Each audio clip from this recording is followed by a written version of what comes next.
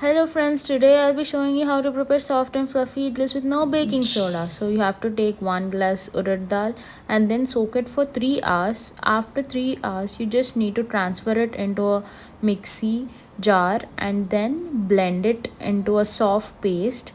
After that, take flattened rice. In Telugu, we call it as atukulu. Then wash and soak it for 5 minutes. After 5 minutes, we can use it. Before that, take 2 glasses of idli rava, and now whichever flattened rice we have taken, we just need to transfer it to the urad dal paste and blend it. Now we'll mix it with the idli rava. That paste will mix it with the idli rava properly, and then we have to soak this overnight. The next morning, we will add 1 glass of milk into the soaked paste. So, this is how it makes it soft and fluffy.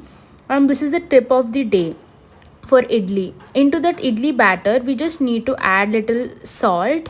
Now transfer the idli batter into idli pans so that our idli gets prepared. And when we steam, we need to just steam it for 10 to 12 minutes or 10 to 15 minutes. That's more than enough, because this is how it gives it a soft texture and steamy texture, so that it becomes very fluffy and easy to eat. So it's just like how you eat it outside. You can eat it with sambar or some coconut chutney, whatever you prepare for the idli. Honestly, I'm telling you, you just need to add little ghee on top of it and just eat it.